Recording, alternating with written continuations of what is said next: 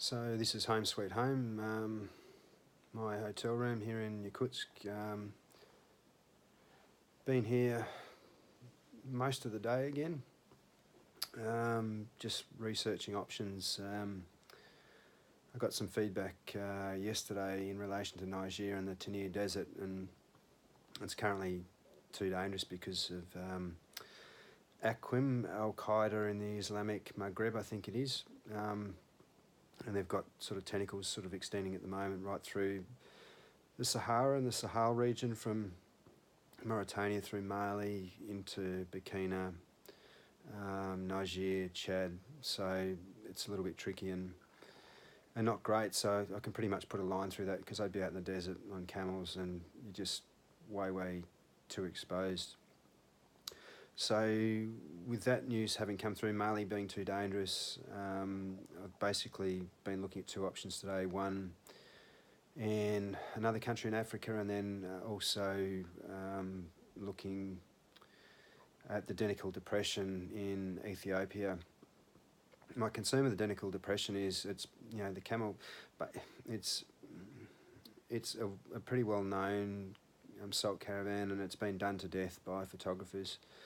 The route is only about 2 days as well, which is not great because I'd want to go out there for an extended period of time and spend time on the salt caravans, even up to a month if necessary. I looked at Djibouti as well, and there seems to be a salt caravan route, and I can't be 100% sure, but that extends from the Gulf of Aden through to northern Ethiopia, which is a possibility. The other thing I had to check as well is just the security situation in Djibouti, and it looks okay, but again, you've got to discount that against the fact that I'm going to be out there on my own, pretty exposed, and so the normal rules in making judgments don't necessarily apply. But then I've been looking at this other option in Africa. I won't say for now where it is. If I could pull it off, it would be first. If I could pull it off, it'd be pretty amazing. The scenery just looks amazingly spectacular, and that's pretty critical because for this book, it's not just about the activity, but I want to get the activity in some of the most spectacular environments on the planet.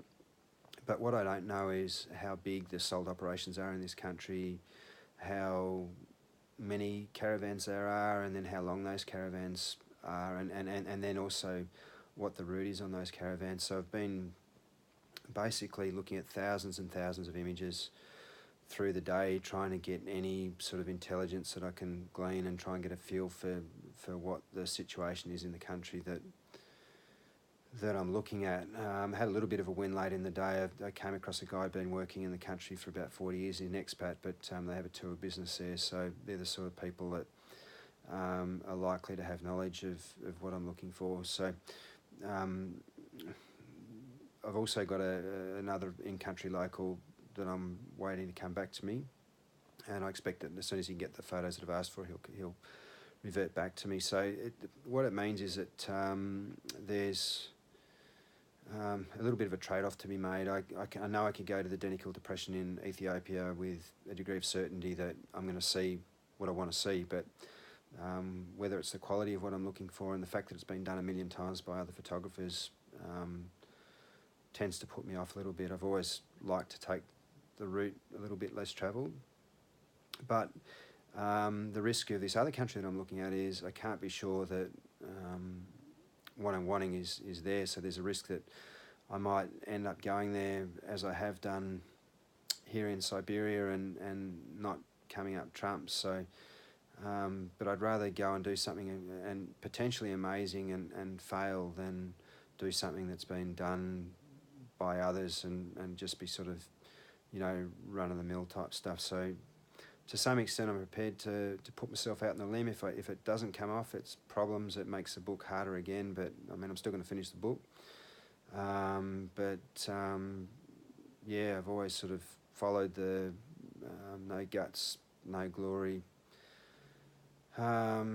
model through my life, and I suppose this is just another example of that. So tomorrow we're out picking berries in the taiga, which will be quite good. We're doing that all day, so no doubt chomping on a lot of berries.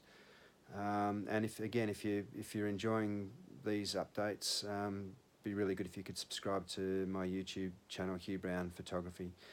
Thanks a lot, and I hope everyone's really well wherever they are. Thank you.